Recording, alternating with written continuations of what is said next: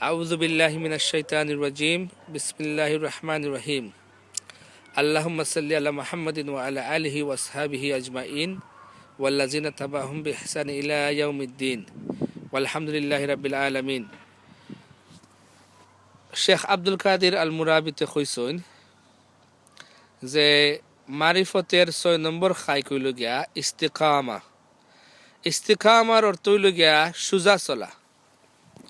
মুহাম্মদ সাল্লাল্লাহু আলাইহি ওয়াসাল্লামের একটা হাদিস আছে যেখানে তাইন কইছেন যে কুল লা ইলাহা ইল্লাল্লাহ সুম্মা ইস্তাকামু, যে কও তুমি আল্লাহ ছাড়া ইবাদতের যোগ্য কেউ নাই, এরপরে সুজা চলো। এবং আমরা এটার অর্থ বুঝতে চাইলে আমরা চিন্তা করতাম হইব যে আমরা যদি বিশ্বাস করি যে আল্লাহ ছাড়াই একজন আসন, তাহলে আমরা কেনে আল্লাহর কথা শুনতাম না।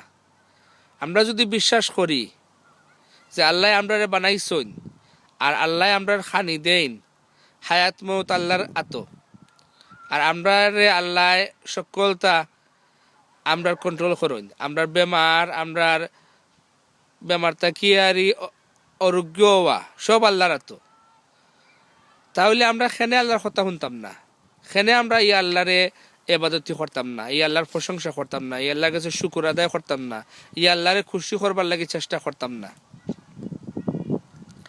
আমরা যদি বিশ্বাস করি যে মুহাম্মদ সাল্লাল্লাহু আলাইহি ওয়াসাল্লাম সত্যি আল্লাহর নবী, তাহলে খেনে আমরা মুহাম্মদের সুন্নত মতো আমরা চলতাম না, খেনে আমরা চাইতাম না যে মুহাম্মদ সাল্লাল্লাহু আলাইহি ওয়াসাল্লাম যেভাবে চলছেন, যেভাবে আমল করছেন, যেভাবে কথা কইছেন, যেভাবে উঠছেন, বইছেন, খাইছেন, ঘুমাইছেন, বিয়া শাদী করছেন, ব্যবসা বাণিজ্য করছেন, আমরা খেনে চাইতাম না যে তানেল্লাখানি আমরা সমান করতাম। আর তান যেভাবে আল্লাহর কাছে মায়া রইছেন, আল্লাহ যেভাবে তানরে মহব্বত করছেন আর যেভাবে আল্লাহ তানরে পুরস্কার করছেন, খেনে আমরা চাইতাম না আমরা ওই রকম আল্লাহর মায়া রইতাম আর ওই রকম আল্লাহর তরফ থেকে আমরা পুরস্কার পাইতাম আর ওই রকম আল্লাহর রহমত আমরা রুফরে আইতো। আর নবী সাল্লাল্লাহু আলাইহি ওয়াসাল্লাম যে লেখানি গ্যারান্টি পাইছেন যে দুজখের আগুনে তানরে জ্বালাইতো নাই আর তাই আল্লাহর বেহেস্তের সবচেয়ে বালা জায়গা পাইবা, আমরা এখানে চাইতাম না।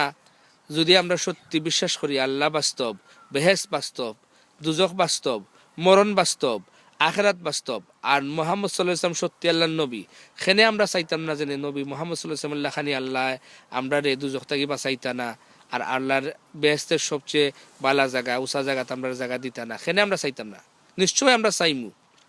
তাহলে ইস্তিকামা বুঝতে সহজ, কিন্তু ইস্তিকামার মতন স্থানও পৌঁছতে দেখা যায় আমরা আদম সন্তান হলতের মাঝে যে এরার আমল, কথা, কাজ, অভ্যাস ইস্তিকামার পজিশনও নেওয়া কঠিন। কারণ বুঝতে সহজ জেনে আমরা কই লা ইলাহা ইল্লাল্লাহ মুহাম্মাদুর রাসূলুল্লাহ, যে আল্লাহ ছাড়া কোনো ইবাদতের যোগ্য ব্যক্তি নাই আর মুহাম্মদ সাল্লাল্লাহু আলাইহি ওয়াসাল্লাম সত্যি আল্লাহর দূত, কিন্তু এরপরে আমরা আল্লাহর হুকুম মতো চলতে, নবীর সুন্নত মতো চলতে আমরা কঠিন হয়।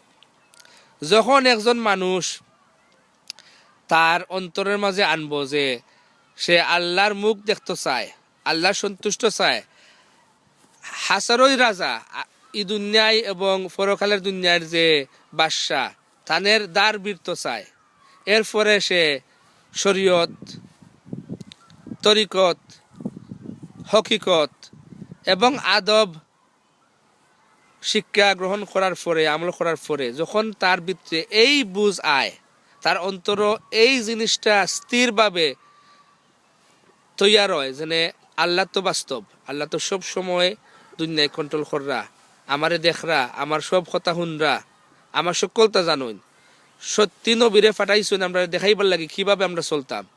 ওই মানুষটা স্থান হয় ইস্তিকামার পজিশনে ৬ নম্বর খাইক দিতে পারে মারিফতের, আর ওই মানুষটা ওই সময় সুজা চলে। মানে হইল গিয়া তার গুম ফজরের ওয়াক্ত পর্যন্ত, ফজরের নামাজের লাগি তার লাগি উঠা সহজ হয়, তার কাজ জোহরের আজান পর্যন্ত, জোহরের আজান শুনার পরে কাজ আত্মাকিত ইয়া নমাজের সোজা যাইব, আসরের নমাজ পড়ব, মাগরিবের নমাজ পড়ব, এশার নমাজ না পড়ে হে ঘুমাইতো নাই। আল্লাহ সুবহানাহু ওয়া তাআলার লাগি তার ভিতরে মায়া আছে এবং আল্লাহর কথা হে সবাই কাছে বাড়তে চায়, সবাই শুনাইতে চায়। ইসলামের দাওয়াত তার দিবার লাগি তার আগ্রহ, ইসলামের কথা মারতে একজন মানুষের লগে তার ভিতরে সহজ হয় এবং হে মারতে খুশি হয়। এবং যদি দরকার পড়ে ইসলাম রক্ষার লাগিয়া তার জান পর্যন্ত কুরবানি দিতে তাইয়ার থাকে। যে কোনো জিনিস আল্লাহ যদি কইছেন কইরো না, সেইটা করতে তার ভিতরে কোনো আগ্রহ থাকে না, থাকলেও এখন নিজের কন্ট্রোল করতে পারে। আর যে কোনো কাজ আল্লাহ কইছেন করো, করতে হে তাইয়ার, ওইটার নাম হলো ইস্তিকামা। যে মুহাম্মদ সাল্লাল্লাহু আলাইহি ওয়াসাল্লাম কইছেন খো লা ইলাহা ইল্লাল্লাহ এবং সুজা চলো। এবং একজন আলিমরে একজন ব্যক্তি জিজ্ঞাইছিল যেনে আমারে তুমি উপদেশ দাও। এই আলিমে তান্ডে কইসলা যেনে আমার মনে হয় আহমদ ইবনে হাম্বল রহমতুল্লাহি আলাই তাইন কইসলা ব্যক্তিরে যেনে তুমি যদি জানো যেনে আল্লাহ হাসারই, তাহলে তুমি আল্লাহর ইবাদতি খেনে করো না। তুমি যদি জানো যেনে দুজখ হাসারই, তে তুমি আসো খেনে।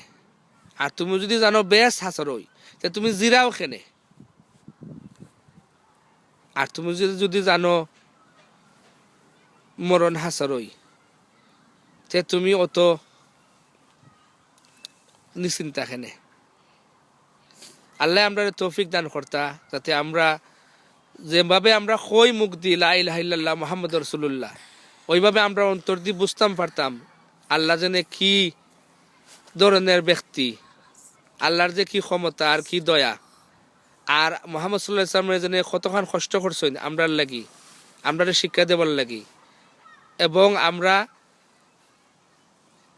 লা ইলাহা ইল্লাল্লাহ মুহাম্মাদুর রাসূলুল্লাহ যেভাবে কই বিশ্বাস করি, আমরা এইটারে বাস্তব মনে করি আমরা সোজা চলতাম, আল্লাহ যা কইছেন সব জিনিস মাইনা চলতাম, আর যা নিষেধ করছেন এটা থেকে আমরা দূরই থাকতাম। আকুলি কাউলি হাযা ওয়াস্তাগফিরুল্লাহ লি ওয়া লাকুম ওয়া আখির দাওয়ানা আনিল হামদুলিল্লাহি রাব্বিল আলামিন।